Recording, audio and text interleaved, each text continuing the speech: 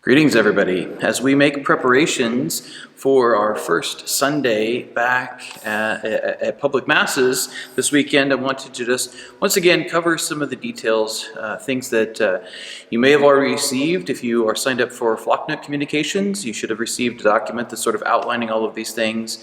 You can also find a document with more details on our parish website if you would like to go and read these further. But I thought I would just cover a couple of things that we kind of all know what to expect when we come back this weekend. First and foremost, and I think perhaps the most important thing to start with, Bishop Kimmy is still offering the dispensation from the Sunday obligation to all of the faithful of the diocese. So if you fall into a vulnerable category, or if somebody in your household does, or if you're still not feeling comfortable with returning to Mass at this time, you may stay home. And you are not committing a sin if you don't come back to Mass this weekend just because we're offering it, okay? And I think that's important to remember. So let's start with that. Then, as you make preparations to come, everybody is encouraged to wear a mask. It's not being required, but you're encouraged to do so.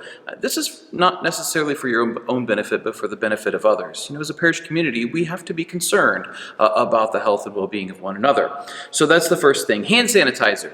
Hand sanitizer is going to be available for anybody to use here in the church. I was able to get a fairly large quantity of that for our use here in the parish. We'll have people at the doors to help distribute that, but if you'd prefer to bring your own and to use that, please feel free to do so as well. When you arrive at the church, please enter through the main doors of the church, the front of the church, unless you need to use the ramp. If you need to use the ramp, of course, do so.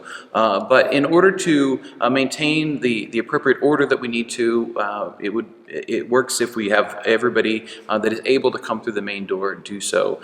We're only going to be able to seat a third of the capacity of the church. So for us, that works out to about 132 people. So that's what we're going to cap our capacity in the church itself. Once we reach that capacity in the church, there's going to be overflow seating available in the parish hall. As you enter into the church, ushers are going to seat you. Please comply with the instructions and the directions of the ushers. We need everybody to do that so that, one, we can begin seating from the front of the church to the back. This way, we are not going to have people walking past others with a regular basis. Also, this is going to allow us to get the greatest number of people into the church with the easiest capacity, that we could reach our capacity. When you get to the parish hall, if you're sent over there, there will also be ushers seating people in the parish hall as well, so we can do the same thing.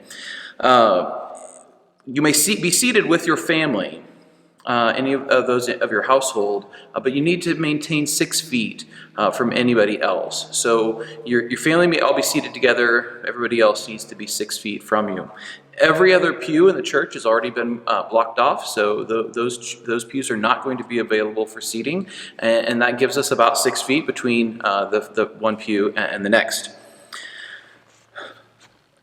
When it comes time for Holy Communion, I will give instructions as to how we're going to do Holy Communion, both in the church and in the parish hall. It's going to look a little bit different than what we're accustomed to. We have markers placed on the floor, both in the church and in the parish hall, so that you can easily maintain that 6-foot spacing between yourself and those in front of you. It's also, Bishop Kimmy has recommended that everybody receive communion in the hand.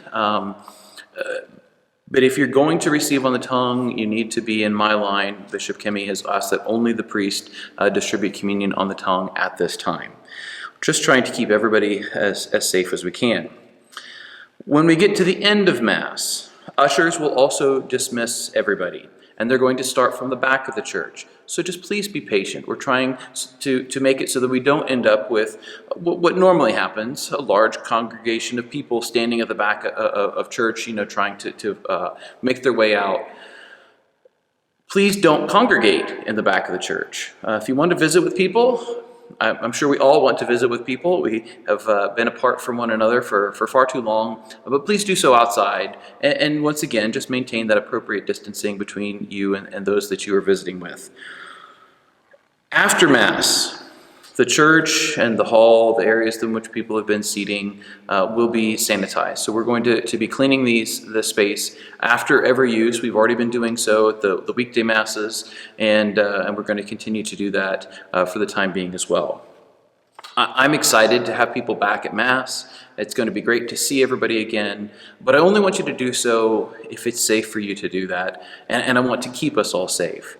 So as we begin this process of starting up again, just continue to keep one another in prayer, to reach out and to open yourself up for those opportunities for grace that might be before you, and to continue to remember that we're on this journey as a community of faith, that together we may draw closer to the altar of the Lord and share in his gifts, but as people of faith, united in the one Lord.